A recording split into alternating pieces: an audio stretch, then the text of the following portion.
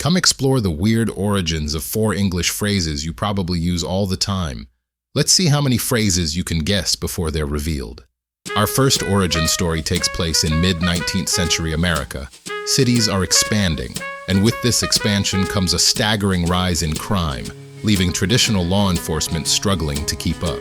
One such city with a growing crime problem is Chicago, and it's here that a young Scottish immigrant with a keen sense for detective work establishes a private detective agency that will go on to strike fear in the hearts of criminals nationwide. The immigrant's name is Allan Pinkerton, and he establishes the Pinkerton National Detective Agency in 1850. Pinkerton's agency soon becomes well known for its detective prowess. But it's not just the agency's accomplishments that catch the public's attention. It's the peculiar Pinkerton logo, which is an unblinking eye accompanied by the words, "We never sleep." This ever-watchful eye soon becomes a symbol of the agency's commitment to its clients. And as the agency's reputation grows, so does the public's fascination with these private detectives. It's from this fascination and the iconic Pinkerton logo that a phrase emerges to describe them. The phrase? Private eye. And today it's used to describe all private detectives. For this next origin story, we journey all the way back to 1500 BC. We find ourselves in ancient India, a land of deep spirituality and religious traditions. Here, a multitude of gods are revered, and their statues are scattered across the vast landscape.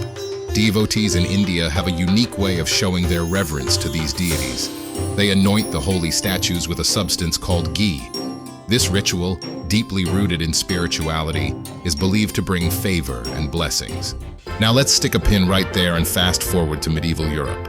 Tales of distant lands and their customs travel along with traders and explorers. Among these tales is the Indian ritual of anointing statues with ghee.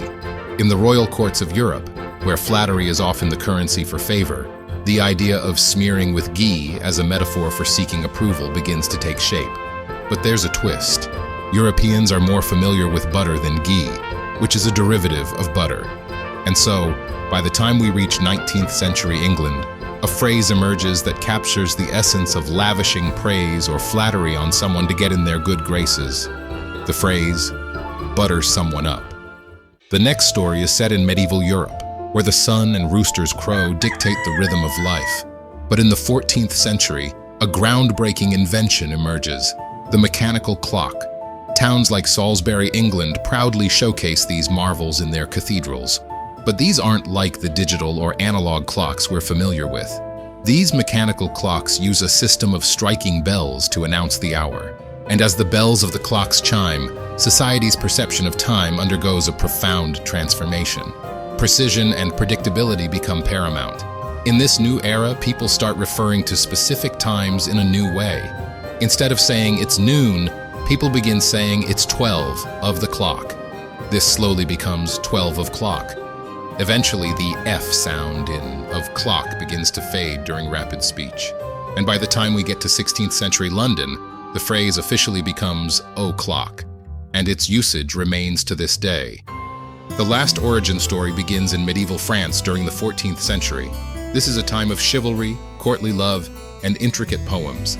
Among these poems is a satirical one called Roman de Fauvel, which translates to The Story of Fauvel. Fauvel is a mythical horse who represents greed and vanity, and who cleverly manipulates his caretakers into showering him with flattery. This flattery is central to the poem's narrative.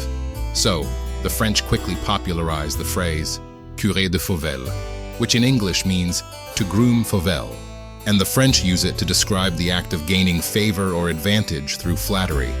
Now, during this medieval period, there's frequent exchange of literature, culture, and ideas between France and England, and the phrase soon makes its way to English shores.